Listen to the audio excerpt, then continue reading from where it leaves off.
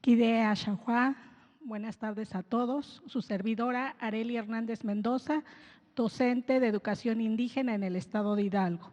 Quiero comentarles que tengo 26 años de servicio y 8 años como docente de escuela unitaria, es decir, soy docente multigrado. Voy a dar un poco de contexto a qué me refiero con escuelas multigrado. En México hay alrededor de más del 50% de escuelas multigrado que se dividen en tres. Son escuelas tridocentes donde hay 3 maestros que atienden a toda la población, es decir, atienden 2 grados cada docente. Escuelas bidocentes que un docente atiende 3 grados y las unitarias, que es mi caso, que atiendo primero, segundo, tercero, cuarto, quinto y sexto grado, soy directora y todo lo que resulta en la escuela. En razón a eso es que voy a compartir la experiencia de uno de los proyectos escolares en el campo formativo de lenguajes titulado El uso negado de las lenguas originarias. Bueno, pues yo quiero comentarles que en razón a un poco a estas inquietudes de dónde surgen estos títulos de los proyectos escolares, tienen que ver con un antecedente que como docentes hicimos a lo largo de los espacios de los consejos técnicos escolares, que fue el plan analítico. Entonces, de ahí surgen problemáticas, intereses, necesidades, temáticas o situaciones, particularmente en este contenido que me tocó desarrollar, indagación sobre la diversidad lingüística, más allá del entorno inmediato, tiene que ver con ese gusto de saber que en comunidades indígenas de extrema marginación, como es en mi caso donde yo trabajo, el libro de texto es el único recurso con el que cuentan los pequeños. Entonces, ser innovadora me comprometía doblemente para hacer un mejor trabajo. En ese sentido, estos proyectos de desarrollo de aprendizaje permitieron como acotar hacia dónde yo quería llegar con ese contenido. Pero además, yo les quiero comentar que a lo largo de estos 26 años en los que he pasado distintos modelos educativos, es la primera vez que yo veo un espacio curricular a las escuelas multigrado. Y bueno, pues a mí me tocó desarrollar un proyecto en el escenario escolar que justo en un libro sin recetas de primer grado, página 68, hace mención que a este escenario se le identifica como multigrado, dado que en él confluyen y se involucran varios grados que comparten el plantel. Es decir, en los modelos anteriores yo tenía libros para matemáticas, para lengua materna, para historia, para geografía, para primero, para segundo, para tercero, para cuarto, para quinto y para sexto. Y mi horario escolar se regía de 8 a 2 de la tarde. Si nosotros seguimos con ese paradigma, fraccionando las disciplinas, pues obviamente que yo puedo pensar que eran muchas, y que por supuesto que eran muchas. Una de las bondades de los proyectos escolares justo es esto, vincular disciplinas y optimizar estos tiempos que para las escuelas multigrado resulta a veces abismal. Entonces, en el caso de los escenarios de escuela, en ese mismo libro hace alusión de que las de aula son a corto plazo, las escolares son a mediano plazo y las comunitarias son a largo plazo. Cuando yo me refiero a mediano plazo, que es la que corresponde, si se regresa tantito a la anterior, tiene que ver con el tiempo. He leído en algunas fuentes que dicen que estos libros están llenos de actividades, pero tiene que ver con el escenario, que es justo con una atención para escuelas multigrado en donde se confluyen actividades de 8 a 12 sesiones en distintos momentos. Particularmente en pues son 9 momentos, ¿no? Ahora sí, en la siguiente lámina, por favor. Bueno, el campo de lenguajes confluye distintos, ¿no? Como es el español, las lenguas indígenas, las lenguas artísticas, lengua extranjera y la lengua de señas mexicanas. Particularmente en este proyecto se hace alusión o se hace énfasis a las lenguas indígenas. Entonces, recordemos que este tema de los pueblos originarios es un asunto de inequidad, en donde se coloca esos saberes. El lenguaje que ha predominado es el español, muy por encima de esta diversidad que tenemos en México, ¿no? Entonces, bueno, pues es un tema que se trabaja y se desarrollan en este proyecto 3 ejes articuladores, como es la inclusión, el pensamiento crítico, la apropiación de la cultura a través de la lectura y escritura. Y bueno, aquí los elementos curriculares del proyecto escolar tenemos que dejar centrado bien qué es lo que queremos lograr, qué producto van a finalmente lograr los estudiantes. En este caso es una libreta artesanal y esto permite que los pequeños se vuelvan escritores, que ellos vayan construyendo aquello que van comprendiendo y demás, pero que se va sistematizando. Entonces, en el primer momento, que es lo que sabemos, en donde recuperamos los saberes de los pequeños, aquí se muestra una situación real, no es ficticia, de una familia que viene de una población indígena y que emigra a la ciudad. Emigra a la ciudad porque su papá logra tener un empleo como albañil y su mamá como una persona que se dedica a hacer el aseo en las casas. En razón a eso, los pequeños acuden a la escuela y obviamente empiezan a tener una situación de exclusión por el asunto del origen y de la lengua que hablan. A partir de ahí se genera, porque los proyectos son detonadores para nosotros los maestros, de tocar una situación real. Bueno, pero ¿cómo vamos a trabajar esto? ¿Qué es lo que vamos a desarrollar y demás? En modelos anteriores, lo que ponderaba para el centro de la planeación del maestro era el contenido. Acá es a la inversa, es recuperar elementos reales, llámese problemáticas, llámese necesidades, llámese situaciones. Es decir, en mi aula multigrado tengo de primero a sexto grado, pero no todos los niños tienen las mismas condiciones, es decir, no han generado todos los conocimientos que debieran de tener. En ese sentido es que se pretende reconocer que se va a enfocar a dar situaciones a esa problemática que se está planteando y a situaciones reales que nos enfrentamos en el aula. Y sobre todo, enfatizar que eso que conocen los pequeños tiene que transitar a un conocimiento disciplinar. Bueno, pero ¿cómo le haremos a este asunto de esta situación de la discriminación, la invisibilización de los pueblos originarios en un contexto que ha sido muy renuente a darle el justo reconocimiento entre los saberes locales y ese saber científico como único valor absoluto? Y entonces, bueno, otra de las uno de los elementos importantes en estos proyectos es la construcción colectiva. Por ejemplo, situémonos en la etapa de la pandemia o incluso aquí. Nosotros somos una sociedad multigrado, diversa. No estamos sentados por edades ni por gustos. Un aula multigrado es así, aprende desde lo que aprendemos. En la pandemia, cuando nos quedamos en casa, teníamos a los niños de primer grado en una habitación, a los de la secundaria en la cocina probablemente, y así se va aprendiendo. Justo en este momento es algo que se va desarrollando porque se hace una construcción colectiva, pero sí se plantea cómo se va a llevar a cabo. ¿Qué es lo que quieren? ¿Qué es lo que vamos a buscar? ¿Qué es lo que vamos a indagar? Además, estos proyectos no son acabados, no es decir, acabamos y continuamos con otra historia, sino esto nos permite poder vincular con otros campos. ¿Pero cómo? ¿Quién decide eso? El maestro, a partir de su situación contextual en donde labore.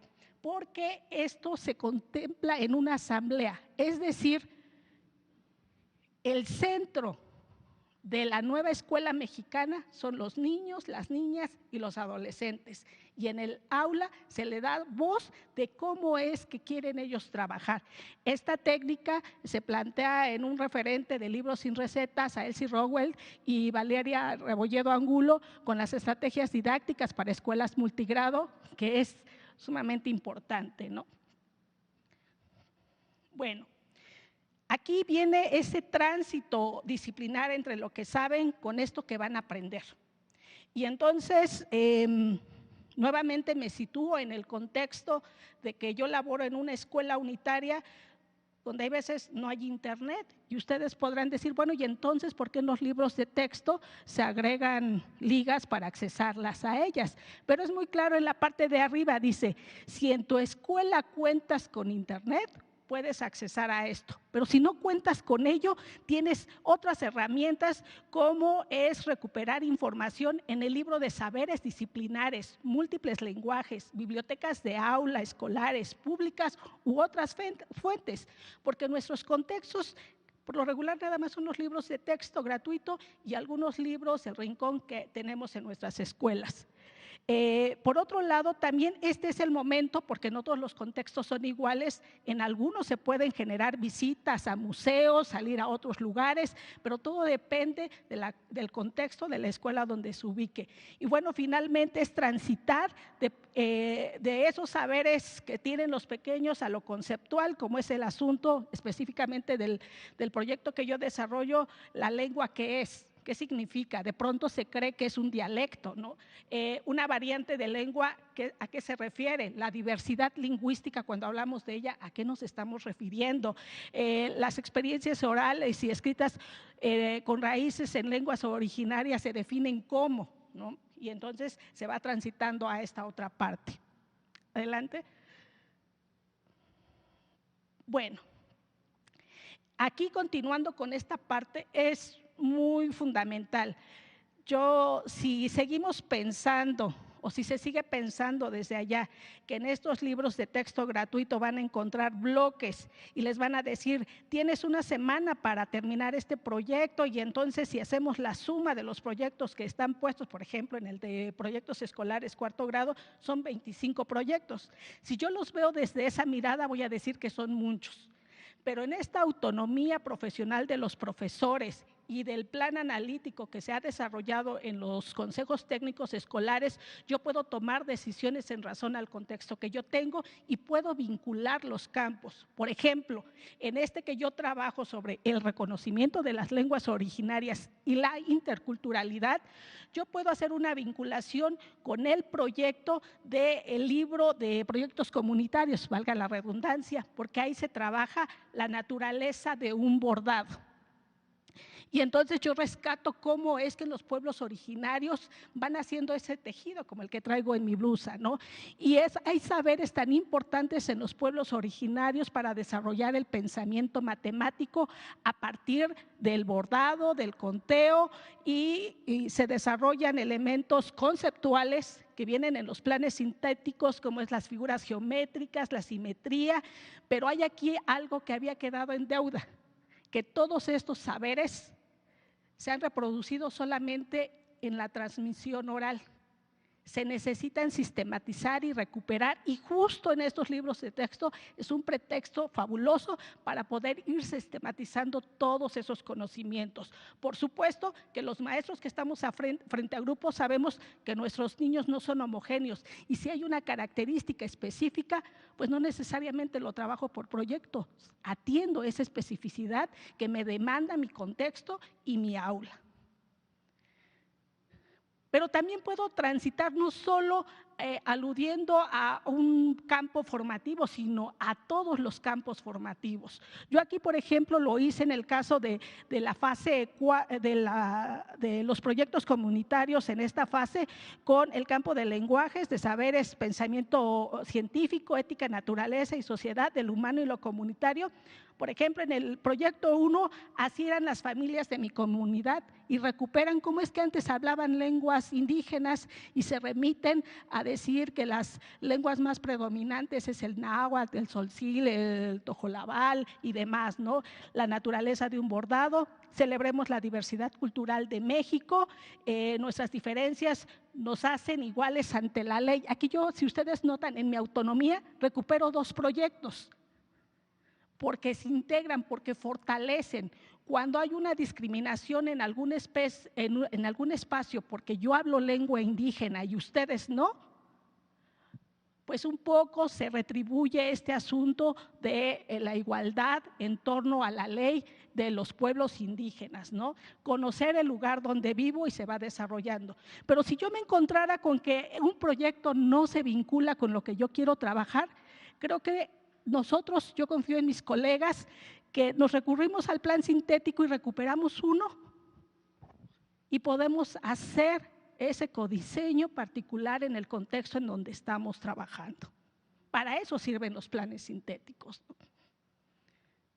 Y bueno, todo este proyecto tiene que ver con un ir y venir. Yo les decía que no es algo acabado, es un proceso dialéctico en el que voy y regreso las veces que sean necesarias con la finalidad de que yo no puedo seguir dando un tema pensando que me están entendiendo mis alumnos, sino que lo que se pretende es que se reflexione y se comprenda, y por eso justo es que puedo regresar a los momentos que sean necesarios con la finalidad de ir revisando y valorar las áreas de mejora. Esto es, recibir retroalimentación, que está fundamentado en el plan de estudios en cuanto a la evaluación formativa en la página 81.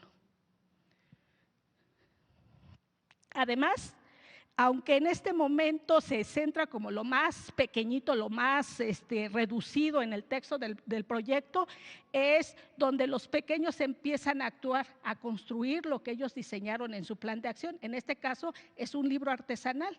Ellos empiezan a recuperar, a hacer gráficas, como ellos lo quieran elaborar en torno a todos los elementos que han estado recuperando, ¿no? Y entonces estos proyectos tienen que ver en torno a lograr el propósito del proyecto, que está centrado justo con el contenido disciplinar que nosotros estamos desarrollando. Y bueno, nuevamente, a pesar de que esto se va construyendo, yo les mencionaba que en todo momento nosotros le vamos dando voz a los pequeños para que ellos tengan esa autonomía de decir, ¿saben qué? No puedo en esto. Por ejemplo, pararse en este espacio, muchos pueden decir, está nerviosa o lo que sea, y nosotros trabajamos con los pequeños justo para poder enfrentarse a espacios en donde puedan confluir y mencionar ante un público aquello que van aprendiendo. Y entonces ahí justo se van identificando los avances y las dificultades del proceso, van reflexionando su desarrollo, y bueno, nuevamente esto lo enmarco en que la evaluación está presente ahí. Ahora, ya hicimos el producto y es el momento de presentarlo, de exponerlo, de que los otros digan qué fortalezas puede tener ese trabajo, pero los de acá, los que estamos exponiendo, tomamos esas reflexiones para irlas reorientando, ir retroalimentando esas participaciones para que nosotros podamos al final, al revisar la experiencia, nuevamente regresamos al aula y decir, a ver, ¿qué áreas de oportunidad tiene este proyecto? ¿Se queda ahí? ¿Se acaba? ¿Se encarpeta? ¿Le damos punto final o qué es lo que sucede? Y justo se trata de desarrollar ese vínculo del desarrollo del proyecto con el componente socioemocional. ¿Cómo se sintieron? ¿Cómo se sienten? No sé, ¿no? Ese momento importante de reflexionar en torno a que de pronto hay veces creemos que aquellos que hablan una lengua indígena pues son menos, pero a lo mejor cuando terminaron el proyecto resulta que recuperan que es algo relevante, que es importante, que en nuestras casas no únicamente se representa a partir del lenguaje, sino de la cultura, de cómo nos vestimos, de que seguramente en nuestras casas hay un molcajete o que el Día de Muertos ponemos un altar y que eso tiene que ver con la diversidad cultural, por ejemplo. Además, es imaginar escenarios de aplicación de lo vivido, no se queda ahí. Puedo yo traspolar ese espacio escolar y decir, creo que este proyecto me da para más, y poderlo llevar a otro espacio y finalmente reflexionar nuevamente con eso que se trabajó. Entonces yo les quiero decir que ahorita ya se les presenta un proyecto acabado, pero que fue producto de un proceso de formación, de revisión, y que yo quiero aprovechar este espacio para agradecer al equipo de materiales educativos, especialmente me tocó trabajar con la maestra Juanita, que bueno, me apoyó demasiado, y yo quiero agradecer pues el espacio que me hayan dado para venir y compartir el proyecto que yo desarrollé. Entonces, bueno, Fundidi Hamadi, Juadá, que es muchas gracias, maestra Leti, por este espacio. Gracias.